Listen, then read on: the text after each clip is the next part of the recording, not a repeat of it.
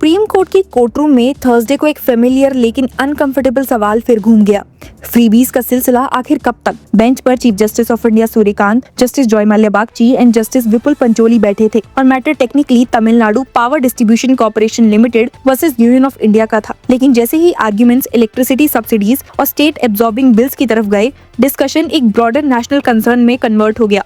Court ने जो oral observations किए, उन्होंने एक बार फिर इंडिया के welfare politics versus fiscal discipline debate को सेंटर स्टेज पर ला दिया। सीजे सूर्यकांत ने एक पॉइंटेड सवाल से टोन को सेट कर दिया। But this money which the state says it will pay now, who will pay for it? This is taxpayers money. Court का कंसर्न सिंपल था लेकिन implications deep. Free electricity, free cash transfers, free commodities, सबका bill end में public purse से ही आता है। और जब स्टेट्स ऑलरेडी रेवेन्यू डेफिसिट्स का प्रेशर में हो, तब indiscriminate largest distribution long term economic development को कैसे इम्पैक्ट करेगा? बेंच की ऑब्जर्वेशंस में फ्रस्ट्रेशन भी दिखी और वरी भी।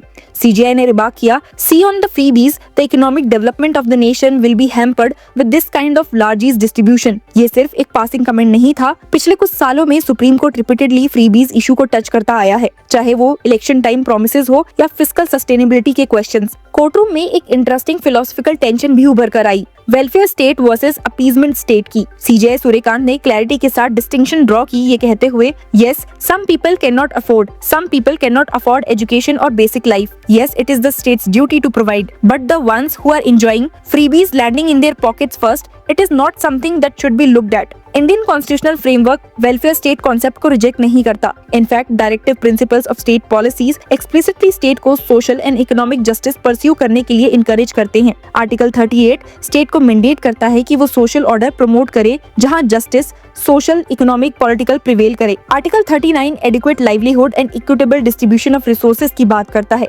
आर्टिकल 41 पब्लिक असिस्टेंस और राइट टू वर्क का फ्रेमवर्क सेट करता है। तो वेलफेयर स्कीम्स पर से अनकॉन्स्टिट्यूशनल नहीं होते, लेकिन कोर्ट का डिस्कम्फर्ट तब स्टार्ट होता है जब वेलफेयर और इलेक्टोरल पॉपुलिज्म के बीच की लाइन ब्लर होने लगती है। सीजीआई ने ओपनली क्वेश्चन किया, we are not on Tamil Nadu context only. We are on the fact that why are schemes being announced just before elections? All political parties, sociologists need to revisit ideology. How long will this continue? ये remark एक pan India pattern की तरफ signal कर रहा था, election cycle के आसपास sudden scheme announcements का। दर्शकों, फ्रीबीज डिबेट इंडिया में नया नहीं है। तमिलनाडु से लेकर पंजाब, कर्नाटका से लेकर आंध्र प्रदेश, हर रीजन ने अपनी वर्जन ऑफ वेलफेयर पॉलिटिक्स देखी है। Free electricity to farmers, free bus travel for women, direct cash transfers, loan waivers, list बहुत लंबी है। पॉलिटिकल इकोनॉमी का लॉजिक क्लियर है कि वोटर्स को टेंजिबल बेनिफिट्स दिखाओ, लेकिन फिस्कल अर्थमेटिक इतना फॉरगिविंग नहीं होता। जस्टिस जॉय मल्ल्या बागची ने फिस्कल प्लानिंग डायमेंशंस को शार्पली कैप्चर किया by saying, after the tariff has been notified suddenly largesse has been given. ये observation regulatory stability versus policy intervention tension को अंडरलाइन करता है। इलेक्ट्रिसिटी सेक्टर जैसे हेविली रेगुलेटेड डोमेन में tariffs independent commissions fix करते हैं, cost structure और availability models consider करके। अगर उसके बाद state exchequer suddenly subsidies inject करे तो रेगुलेटरी फ्रेमवर्क का प्रेडिक्टेबिलिटी एलिमेंट शेक हो सकता है। जस्टिस बागची ने एक टेक्स्ट बुक गवर्नेंस प्रिंसिपल को आर्टिकुलेट किया, ये कहते हुए, if you really want to do all this, put it in the budgetary allocation and then justify how will you do so. ये एसेंशियली फिस्कल ट्रांसपेरेंसी और accountability की बात है। Welfare schemes budgeted policy decisions होने चाहिए, not ad hoc interventions.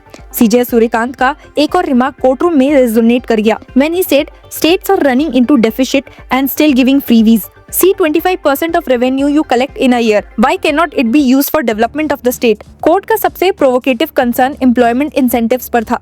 CGI ने पूछा, you should create avenues for the employment of the people so that they can earn and maintain the dignity and self-respect. If you start giving right from the morning, free food, free gas, free electricity, why the people should work then?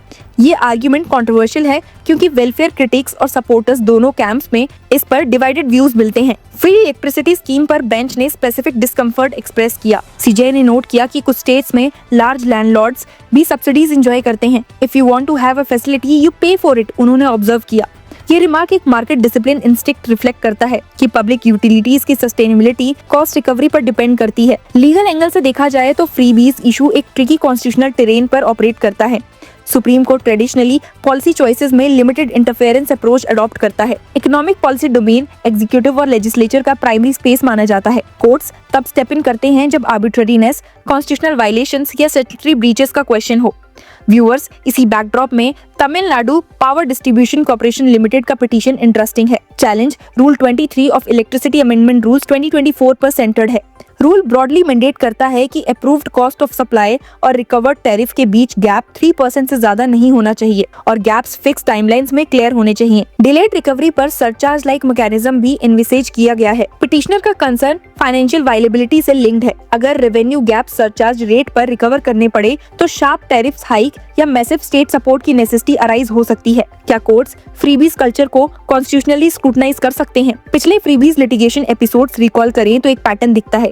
Election promises को challenge करते हुए petitions ने argue किया था कि irrational freebies, fiscal इररिस्पांसिबिलिटी और voter manipulation constitute करते हैं। काउंटर आर्ग्यूमेंट इक्वली स्ट्रॉन्ग था कि वोटर वेलफेयर चॉइसेस इवैल्यूएट करने में कॉम्पिटेंट है और कोर्ट पॉलिसी मेरिट्स जज नहीं कर सकती। Constitution article 14 arbitrariness doctrine allow करता है, लेकिन वेलफेयर क्लासिफिकेशन स्टेट के पॉलिसी डिस्कशन का पार्ट होता है। जब तक मैनिफेस्ट आर्बिट्रेरीनेस या हॉस्टाइल डिस्क्रिमिनेशन प्रूव ना हो, जुडिशियल रिस्ट्रेंट लाइकली डोमिनेट करता है। फिर भी सुप्रीम कोर्ट का रिपीटेड डिस्कम्फर्ट एक सिग्नलिंग फंक्शन परफॉर्म करता है। कोर्ट्स कभी-कभी डायरेक्ट इंटरवेंशन के बजाय नॉर्मेटिव प्रेशर क्रिएट करते हैं। जुडिशियल ऑब्जर्वेशंस पब्लिक डिस्कोर्स और पॉलिसी डिबेट शेप करते हैं। सीजे सूर्यकांत के रिमार्क्स एसेंशियली इसी इंटरसेक्शन पर ऑपरेट करते हैं। Democratic politics versus economic sustainability. Our worry is that the state are running in deficit and still giving all these kinds of distributing people money. From where that money is coming? ये question public finance fundamentals को centre में लाता है।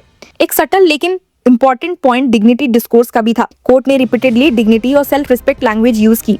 Welfare को charity नहीं, empowerment framework में conceive करने की बात इम्प्लिसिटली रिफ्लेक्ट हुई। पूरी हियरिंग में कोर्ट का एम्फेसिस टारगेटिंग और रैशनलाइजेशन पर था, आउटराइट रिजेक्शन पर नहीं। सीजेआई ने एक्सप्लिसिटली एक्नॉलेज किया, yes it is the state's duty to provide. Core objection indiscriminate distribution पर था। कमिंग मंथ्स में ये डिबेट और इंटेंसिफाई होने वाली है। सुप्रीम कोर्ट ने खुद नोट किया है कि फ्रीबीज इशू पर अदर पिटिशंस भी पेंडिंग है। जुडिशियल स्क्रूटनी का एक्सटेंड अनप्रेडिक्टेबल है, लेकिन नॉर्मेटिव कन्वर्सेशन क्लियरली अलाइव है। कोर्टरूम का एक मोमेंट ने एंटायर टेंशन को कैप्चर कर दिया। Development versus distribution, dignity versus dependency, welfare versus appeasement, सब एक ही एक्सचेंज में क्रिस्टलाइज हो गए। Is it the nation building we are doing? CJI का ये सवाल रिटोरिक भी था और रिफ्लेक्टिव भी, और शायद इसीलिए कोर्टरूम में वो अनईजी क्वेश्चन फिर से इको हुआ, how long will this continue? ये सिर्फ जजेस का सवाल नहीं बल्कि सिस्टम का एग्जिस्टेंशियल डिलेमा है। आपका इसको लेकर क्या विचार है, हमें जरूर बताइए एंड कीप फॉलोइंग अस।